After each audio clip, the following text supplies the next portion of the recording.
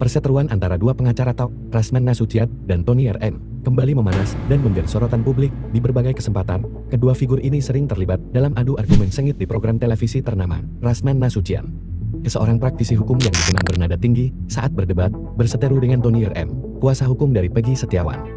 Namun, siapa sebenarnya sosok di balik dua pengacara yang kerap beradu argumen ini, dan di antara mereka siapa yang paling tajir melintir?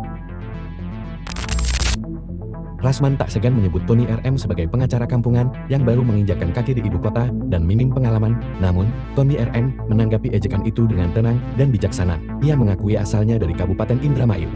Dengan bangga menyebut dirinya memang pengacara dari kampung, Tony lalu mengingatkan bahwa meski berasal dari daerah, ia telah menangani kasus-kasus besar, termasuk perselisihan orang tua artis terkenal di ibu kota, dan berhasil memenangkan perkara tersebut. Tanggapan Tony menunjukkan bahwa kesuksesan tak ditentukan oleh dari mana ia berasal, melainkan oleh keteguhan dan prestasi.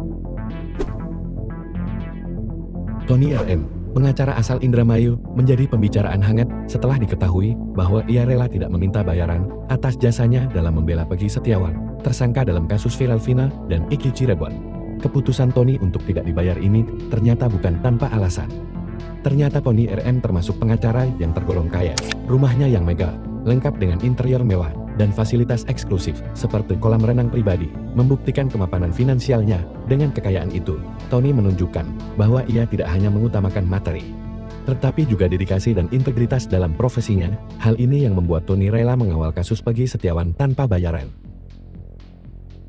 Memang tak dapat dipungkiri bahwa Rasman Nasution memiliki kekayaan yang luar biasa. Mengutip dari channel YouTube SK Entertainment, antara lain berupa 13 rumah yang tersebar di berbagai lokasi di Indonesia dan 2.500 hektar kebun yang bernilai fantastis. Namun, kekayaan yang dimiliki Tony RM, meski mungkin tidak sebesar Rasman, bukanlah untuk dibandingkan. Tony RM menunjukkan bahwa pembelaan terhadap rasa keadilan, integritas, dan ketulusan dalam membela yang diyakininya benar, lebih penting daripada harta.